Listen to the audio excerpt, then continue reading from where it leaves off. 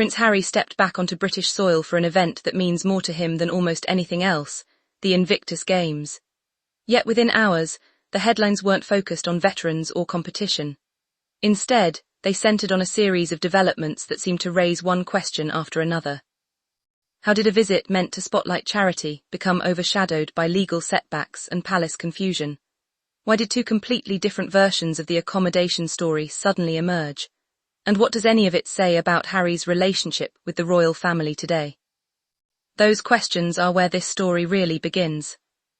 For years, Prince Harry's relationship with the royal family has been defined by distance rather than proximity. Physical distance after moving to California. Emotional distance following interviews, documentaries, and the publication of Spare. And perhaps most importantly, public distance, with every appearance now examined for signs of reconciliation, or another chapter of division. This latest visit to the UK arrived carrying that same weight. On paper, the purpose was straightforward. Harry travelled to support engagements connected to the Invictus Games, the sporting competition for wounded, injured and sick service personnel that he founded and has championed for more than a decade. It's one of the few causes that has consistently united supporters and critics alike. Yet almost immediately, another story began competing for attention. Instead of conversations about athletes, newspapers were suddenly asking where Harry would stay. At first glance, it sounded like a minor logistical issue. Then it became something much larger. Reports emerged that Harry's team believed he had accepted an invitation from King Charles to stay at Buckingham Palace. Shortly afterward, palace sources pushed back, saying the invitation had effectively expired because the RSVP deadline had passed. Those are two very different versions of the same event. Neither side described it as a dramatic confrontation. But the contradiction itself became the headline. Was it simply crossed communications? Was it a scheduling problem? Or was it another example of how even ordinary arrangements involving Harry and the palace now become public controversies? Whatever the explanation, the disagreement reinforced a familiar reality. Trust between the two sides appears remarkably fragile. And before that conversation had even settled, another development landed. Harry suffered a significant legal defeat in London. His long-running privacy case against Associated Newspapers, the publisher of the Daily Mail, was dismissed by the High Court. The lawsuit, brought alongside several public figures including Elton John, centered on allegations of unlawful information gathering. For Harry, who has spent years arguing that sections of the British press crossed ethical and legal lines, the case represented something much bigger than one court proceeding. It was part of a broader campaign. Losing it wasn't just another headline. It represented another setback, in a years-long effort to challenge the media organisations he believes caused lasting harm to his family. That's when observers began connecting the dots. A difficult legal result. Questions over accommodation. Another UK visit dominated by controversy instead of the event itself. The pattern felt strangely familiar. Here's where the narrative becomes more complicated. Some online discussions quickly claimed Harry had somehow attacked King Charles during this latest chapter, or that Prince William believed Harry had gone too far. But there is no verified public evidence that either of those things occurred during this visit. What has happened over recent years is well documented.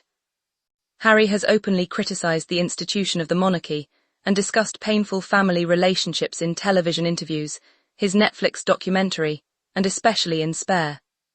Those comments undoubtedly caused significant tension within the family.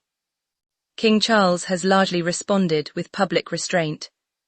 Prince William has rarely addressed the disagreements publicly at all. That silence has often allowed speculation to fill the gaps.